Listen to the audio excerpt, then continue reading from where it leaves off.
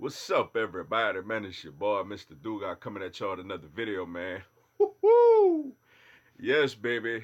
And today I'm going to preview and predict college football's biggest game of week 2 over there in Austin, Texas.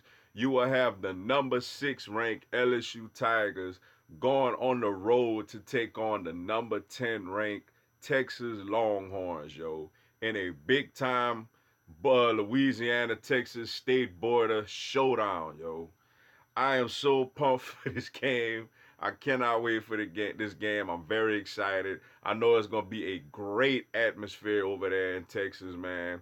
Yeah, I'm just looking forward to it, man. But today I'm gonna look ahead to that game, yo. Obviously both last week both teams coming off of fairly easy wins, man. You had the LSU Tigers beating the Georgia Southern Eagles 55-3, and offensively a great performance by Jambalaya Joe Burrow, yo, with a broke a school record 5 touchdown passes in the first half, was named SEC Offensive Player in the Week for that performance. Offensive line played really good. We rotated the running backs. All of them did a good job. Receivers did really well, especially Terrence Marshall Jr. with 3 touchdown catches. Defensively, we got at him, man. We got after him. Rashard Lawrence had a forced fumble. We had a couple of Clevion Chase on, had some coming back, had some big plays. Damon Clark. I mean, the whole defense. It'll take all night if I name everybody on the defense who contributed, man. But everybody on the defense played well. And then for Texas, man, I checked out their game against Louisiana Tech. They beat Louisiana Tech 45-14. After jumping out to a 31-0 lead. You had quarterback Sam Ellinger had threw 4 touchdown passes. He threw 2 of them, I think, to Eagles. One of them was to Duvernay, and another one was to the big time receiver Colin Johnson. Guy O'Shea, I think his name was Asai or whatever. He got an interception in that game as their defense played pretty well. Kind of gave up a couple of garbage time touchdowns late in the game when it pretty much was out of hand, yo. First, man, I'm gonna kind of look at the Texas Longhorns, man. I had to write down some of this, make sure I ain't forget nothing. Offensively, man, they led by, of course, their quarterback Sam Ellinger, who was coming into the season as one of the guys on the short list for the Heisman Trophy watch. Big kid, man, kind of like a little bit of a Tim Tebow, could really physical, could run through tacklers, and he's much better as a passer than people really give him credit for, yo. So he is going to be a very big challenge. You have running back Keontae Ingram, who a solid running back. Had a touchdown last week also. He's pretty solid. Of course, wide receiver Colin Johnson, who is a projected first round pick in next year's NFL draft.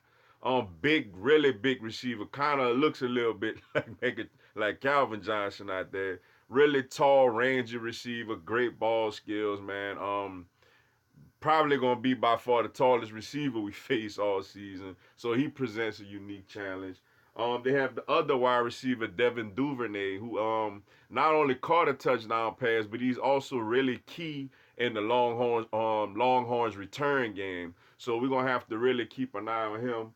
Then they have their big time center, Zach Shackelford, who I think he's suffering a foot injury, man. So I'm not even 100% sure if he's gonna play in this game or not, but if he does play and if he is, somewhat 100%, he's a really good center as he was on the Remington watch list.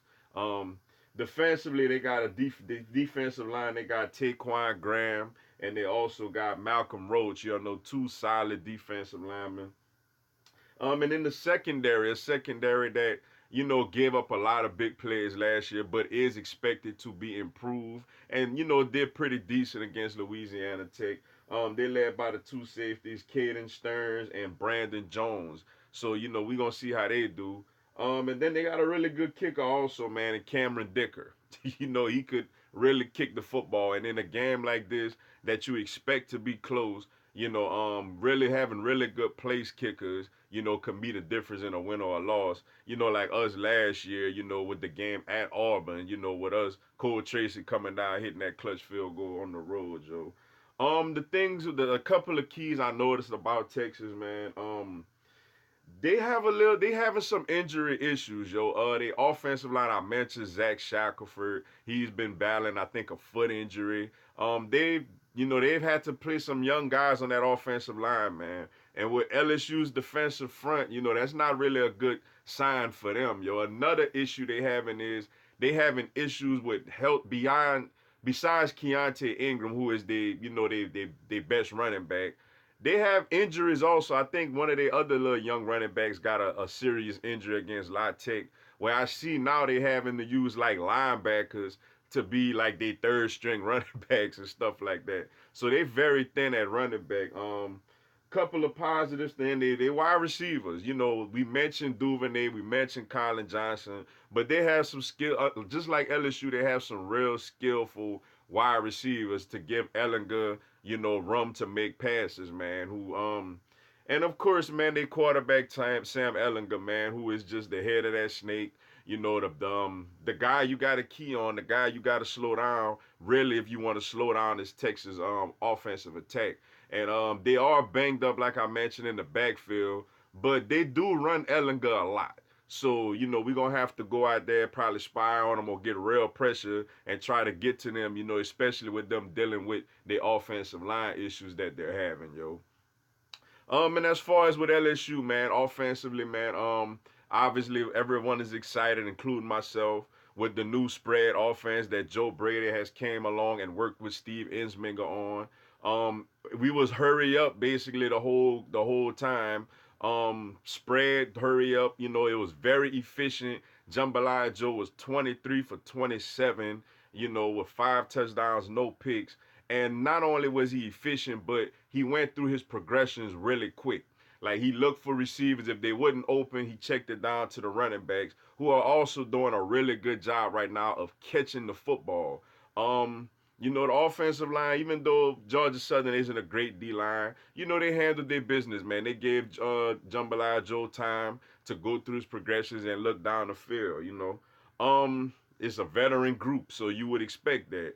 The backfield, man, really good running backs, man. Clyde Edwards-Helaire, he's not the most talented guy, but he knows the offense and he's a veteran and he knows what he has to do. And plus, I like how we using him as a receiver now. He was really out there running option routes and everything and making himself available for checkdowns.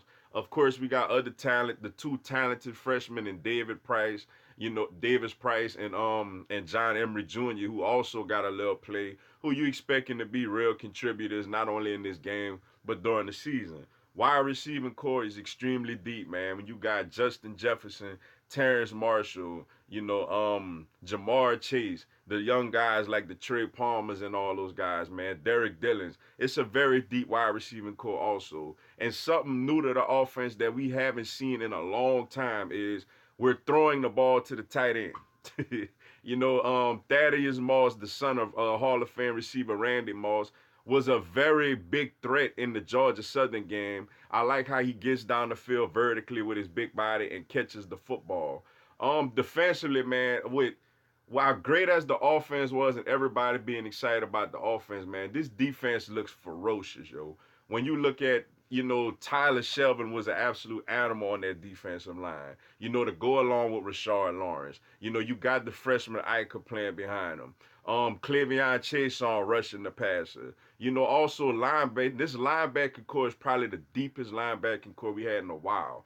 Michael Divinity, a guy expected to start and play big for us this season, he didn't really play. He's dealing with a little minor injury, and Damone Clark, man, was out there just all over the field, along with Jacob Phillips and Patrick Queen, and of course with the secondary with All American, all everything Grant Delpit, man, out there making plays. Jacoby Stevens looks really good out there making plays. Christian Fulton doing his thing, and also our true freshman Derek Stingley Jr., who not only is expected to be a big time corner for us, he's also our primary punt returner, yo. So, like I said, both teams, both these are two top 10 teams for a reason, man. Both teams are very good. Both teams are extremely talented, and it's a big game, man. College game day will be here. It's the game that the nation is gonna have their eyes on. It's prime time. Everything you could hope for. This is the reason why these young men go to LSU and go to Texas to participate in games of this magnitude. Um, Now with the matchups, man. When LSU is on offense, our offensive line versus their defensive front, I feel like LSU could move the ball on the ground, man. I don't think Texas is a physical team. Is that physical of a team, even though they played very physical against Georgia in the Sugar Bowl. So I think LSU could move them a little bit physically. Like I mentioned, they got two really, really good safeties. So we gotta watch out for them. We may not pass the ball as efficiently as we did last week, but we know we could have a little bit of success. But I think the key to this game is opening up holes and running the football against this Texas Longhorns defense. The key for LSU's defense against the Texas Longhorns offense, man, is just keeping the offensive line is banged up, so their running backs are banged up. So we gotta get it play in their backfield. We have to play in their backfield. One thing, though, I really love our secondary. I think our secondary is extremely talented. Guys like Derek Stingley Jr., who I think is gonna be a first round pick when his time comes to go to the league. He's still a true freshman.